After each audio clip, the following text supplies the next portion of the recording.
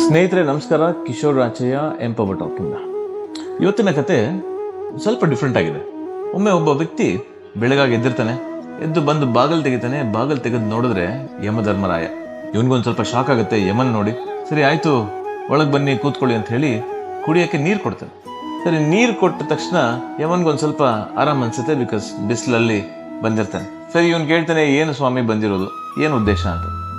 ಯಮಧರ್ಮರಾಯ ಹೇಳ್ತಾನೆ, ನಿನ್ನ ಆಯಸ್ಸು ಮುಗಿದಿದೆ, ಹಾಗಾಗಿ ನೀನು ಕರ್ಕೊಂಡು ಹೋಗಿ ಬಂದಿದ್ದೀನಿ ಅಂತ. ಇವನು, ಅಯ್ಯೋ ಆಯಸ್ಸು ಮುಗಿದೋಗಿದ್ಯಾ, ನಾನು ಇನ್ನೂ ಏನು ಜೀವನದಲ್ಲಿ ಸಾಧನೆ ಮಾಡಿಲ್ಲ ಅಂತ ಹೇಳ್ತಾನೆ. ಸರಿ ಆಯಿತು, ಒಂದು ಕೆಲಸ ಮಾಡು, ನೀನು ನನಗೆ ನೀರು ಕೊಟ್ಟಿರೋ ಉದ್ದೇಶದಿಂದ ಒಂದು ಬಿಳಿ ಹಾಳೆಯಲ್ಲಿ 5 ನಿಮಿಷ ಸಮಯದಲ್ಲಿ ನೀನು ಏನಕ್ಕೆ ಬದುಕಿರಬೇಕು, ನಾನು ಅಂಥದ್ದು ಏನು ಒಳ್ಳೆ ಕೆಲಸ ಮಾಡಿದ್ದೀನಿ ಅನ್ನೋದನ್ನ ನೀನು ಬರೀ. ಚೆನ್ನಾಗಿದ್ರೆ ಖಂಡಿತ ನಿನಗೆ ಬದುಕಕ್ಕೆ ನಾನು ಮತ್ತೊಂದು ಅವಕಾಶ ಕೊಡ್ತೀನಿ ಅಂತ. ಸರಿ 5 ನಿಮಿಷದಲ್ಲಿ ಬರೀತಾನೆ. ಬರೆದ ನಂತರ ಆಯಿತು ತಗೊಳ್ಳಿ ಅಂತ ಯಮಧರ್ಮರಾಯಂಗೆ ಹಾಳೆಯನ್ನು ಕೊಡ್ತಾನೆ. ನೋಡಿದ ತಕ್ಷಣ ಯಮಧರ್ಮರಾಯ ಹೇಳ್ತಾನೆ, ನಿನಗೆ ಯಾವ ಅರ್ಹತೆಯೂ ಕೂಡ ಬದುಕೋಕ್ಕೆ ಇಲ್ಲ, ಹಾಗಾಗಿ ನಿನ್ನ ಜೊತೆ ಬರಲೇಬೇಕು ಅಂತ ಹೇಳ್ತಾನೆ. ಇವನು ಕೇಳ್ತಾನೆ, ಯಾಕೆ ಗುರುಗಳೇ, ನಾನು ಏನು ಮಾಡಿದೆ ಅಂಥದ್ದು ಅಂತ.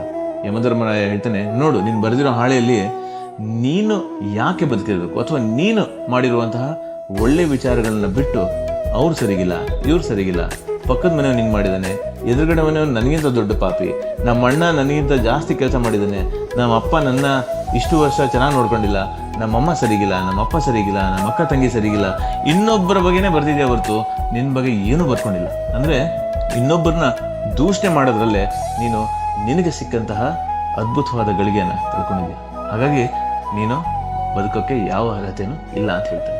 ಸ್ನೇಹಿತರೆ, ನಾವು ಕೂಡ ಜೀವನದಲ್ಲಿ ಮೆಜಾರಿಟಿ ಆಫ್ ದ ಟೈಮು ನಮ್ಮಲ್ಲಿ ಏನು ಕರೆಕ್ಷನ್ ಇದೆ ಅನ್ನೋದನ್ನ ಹುಡ್ಕೋದು ಬಿಟ್ಟು ಇನ್ನೊಬ್ಬರ ಮಿಸ್ಟೇಕ್ಸ್ನ ಹುಡ್ಕೊಂಡು ನಮ್ಮ ಅಮೂಲ್ಯವಾದಂತಹ ಸಮಯವನ್ನು ಹಾಳು ಮಾಡ್ಕೊತಾ ಇದ್ದೀವಿ. ಹಾಗಾಗಿ ಸ್ವಲ್ಪ ಸಮಯ ನಿಮ್ಮ ಮೇಲೂ ಇನ್ವೆಸ್ಟ್ ಮಾಡಿ, ಒಳ್ಳೇದು ಕೆಟ್ಟದು ನಾವು ಅನಲೈಸ್ ಮಾಡೋಣ. ಮತ್ತೊಂದು ಕಥೆಯೊಂದಿಗೆ ಮತ್ತೆ ಭೇಟಿಯಾಗೋಣ. Kishore Rachaiah, empower talk. ನಮಸ್ಕಾರ.